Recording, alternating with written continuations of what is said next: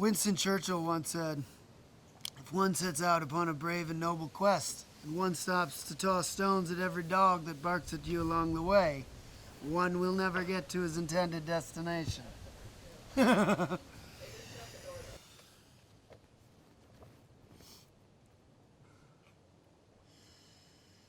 have a dream that one day, 50 years from now, young school children in this country will know the name Breonna Taylor, and they will know for sure that she did not die for nothing. Those school children of future generations I see will look back and associate her life with a moment in time when America was in great peril. As Martin Luther King once warned, a nation on the verge of approaching spiritual bankruptcy. And although we have come a long way since the 1960s, there is still much work to be done. I have a dream that when those future school children of America look back on us now, they will learn that, as always, America pulled through the perilous storms and emerged into a better and brighter tomorrow. They will look back and remember how, as a nation, holding true to our most cherished beliefs and doubling down on the founding principles of freedom, honor, and true justice, that the tireless collective effort of a nation in pursuit of self-perfection did not fail. There are many Americans with whom I will simply never be able to relate to in the comparative physical sense. There are so many Americans out there with whom I will never be able to relate to in terms of what life was like in our most formidable of years, in the time when we were discovering what America meant to us personally. But this is America, and we were all born free, albeit some of us born more free than others. But no matter who you are out there listening, I ask, what is America to you? And how did your ancestors help to shape America into what it is today? My ancestors fled Ireland and sailed to North America, the generation of the potato famine in the 1840s. Upon arrival here, the Irish were despised in this country for many decades. But having left our homeland on our own volition, it has been plainly revealed 10,000 times over that the prejudices of having red hair fades away far more quickly than that of having dark skin. My fellow Americans, never have we needed this reminder more. America, we as a people have far more in common than we think. There is far more that unites us than divides us. And be aware, America, we have far more to lose this November than we truly know. In my youth, I was privileged to have many kind, successful role models in my life, and none perhaps more influential than my grandfather, Tom. Grandpa Tom taught me the importance of remaining humble in the face of success and the importance of standing up for what you believe is right, regardless of the consequences.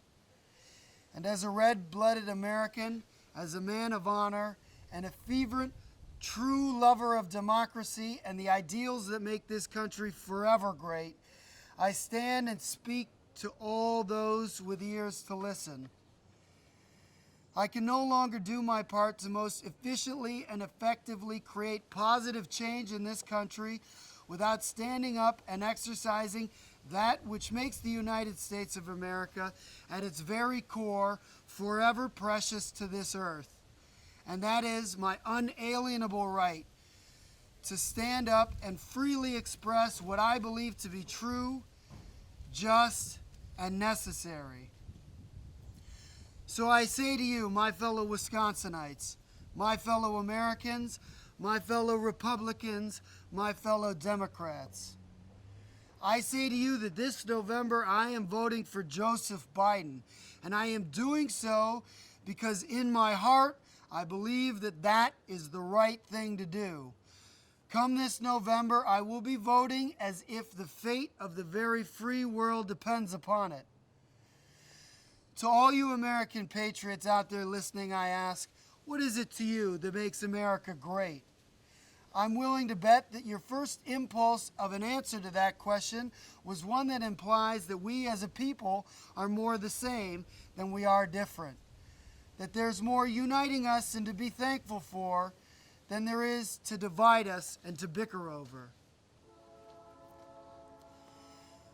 Breonna Taylor, Eric Gardner, Trayvon Martin, Tamir Rice, Sandra Bland, George Floyd, Oscar Grant. This list of names sadly goes on and on and on, all the way back to the horrors of the public execution of Jesse Washington.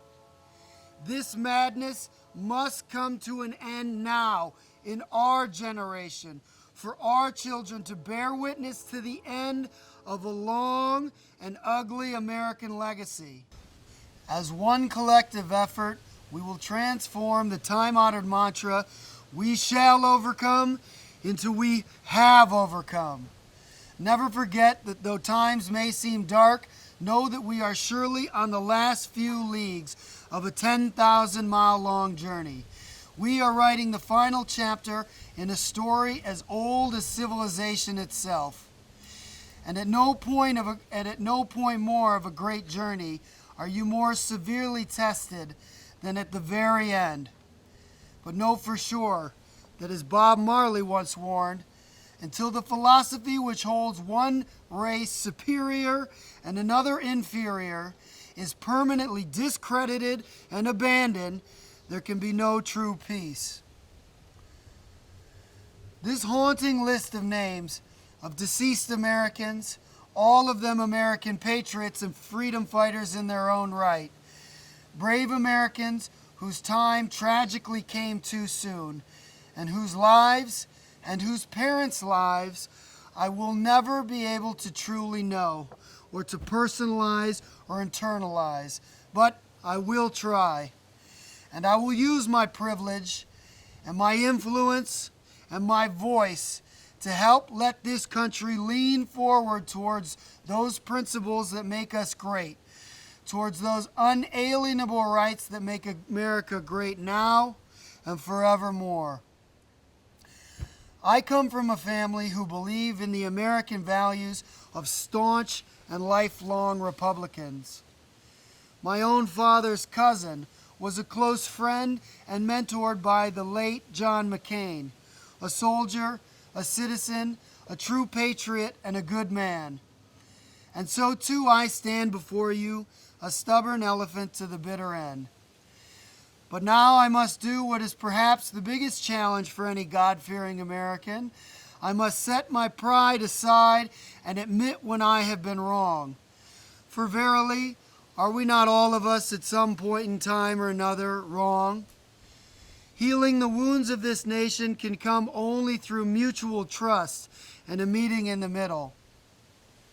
Now, all I want is what's best for this country, even if it means crossing party lines and voting for who I believe will most effectively lead us as one nation under God toward a better and brighter United States of America. And in a roundabout way, I suppose that my grandfather could remind me of a Joe Biden.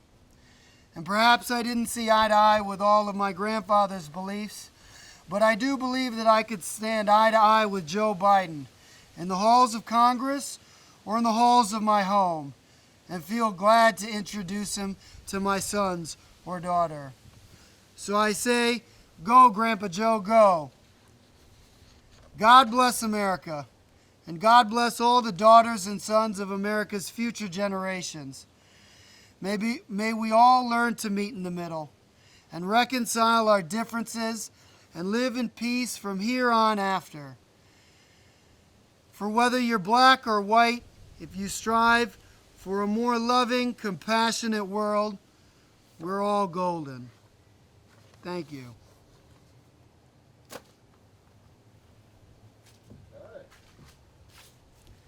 And that's that.